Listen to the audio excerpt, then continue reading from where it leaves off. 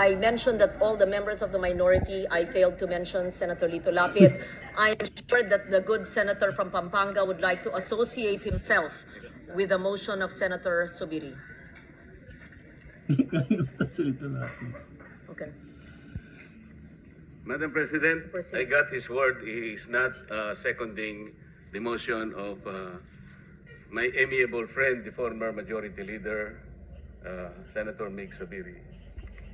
Madam President, the motion was premised on Section 93 of the Senate Rules. May I read this again, Madam President? Acts and language which offend a senator or any public institution shall be deemed unparliamentary. Madam President, I have not heard any word from Senator Amy Marcos that offended the sensibilities of our counterparts in the minority.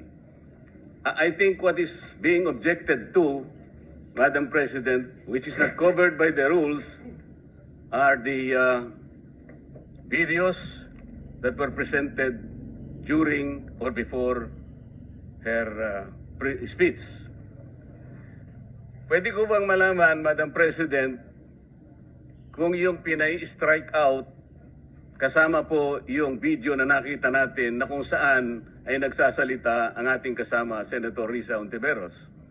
Kasi po sinabi niya, while VP Sara is in power, the threat of a full-blown Duterte comeback is still a very real and present danger. Sa akin po, walang problema yun. Opinion niya yun eh. And we have to respect that opinion. Yan po ba'y pinaalis natin? Gusto ko lang pong malaman, isa-isahin natin. Pangalawa po, nakita ko rin po yung sarili ko. Kasi po, ako'y naanyayahan sa isang television program, tinanong lang po ako, totoo po bang merong connection yung coup?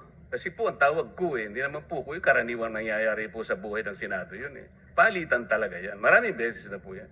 Ang sabi ko po, kasi kinukonekta daw nila sa impeachment. Sabi ko, hindi po siguro. Sabi ko, dahil sa ngayon 12 kami, hindi naman kinakailangan naming mag-coup para lamang i-prostrate natin yung impeachment. Palagay ko po, hindi. Yung po bang opinion ko na yun, tatanggalin? Gusto ko lang pong malaman. Kasi po, meron pa po nga sinabi, I mean, sinungaling. Meron din po, sabi ganun eh. Ang ibig ko po sabihin, Madam President, ngayon po nakita natin the vibrancy of democracy in this chamber. Isa-isa po silang nagsalita lahat. Nabigyan ng pagkakataong ipaliwanag ang kanilang panig. Hindi po ba maganda ngayon na nakita ng taong bayan, nagamit nga lang po yung kanyang presentation. Pero naging daan para mapakinggan ng buong mamamayan. At sila na po ang final arbiter, Madam President. Ako nga po eh. Ako nga po. Kailan lang nag-privilege speech ang isa sa atin dito. Habang nagsasalita siya, pinadaan niya ang isang slide na merong isang papel, na merong takip, at pagkatapos merong nakasulat, care of Congressman Marcoleta, 500. Isang kapirasong papel na tinakpan. Nung hindi pinatos ng media, kinabukasan, nagpa-interview siya, hindi minsan, 2 beses, para lamang ipangalandakan ang importansya ng papel na may takip at merong nakasulat, care of Kong Marcoleta, 500. Nagsalita po siya sa media 2 beses. At paiimbestiga raw ako sa ombudsman. Dahil po ba sa media nangyari yon at hindi dito? May diferensya po ba? Wala. Walang diferensya yun. Pareho lang yun.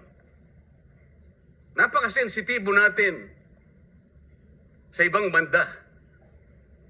Pero hindi natin nakikita ang ginagawa natin.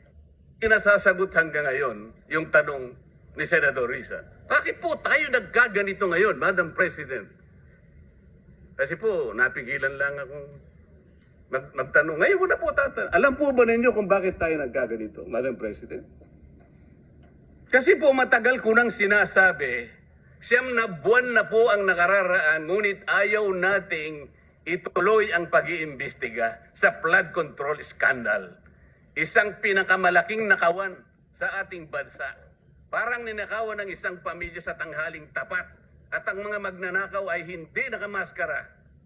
Nakakurbata lahat. Nakabarong Tagalog. Paano hindi masisira ang kumpiyansa ng mamamayan kapag tinalikuran natin ang ganong pananagutan? Ano pong sinabi pa sa akin?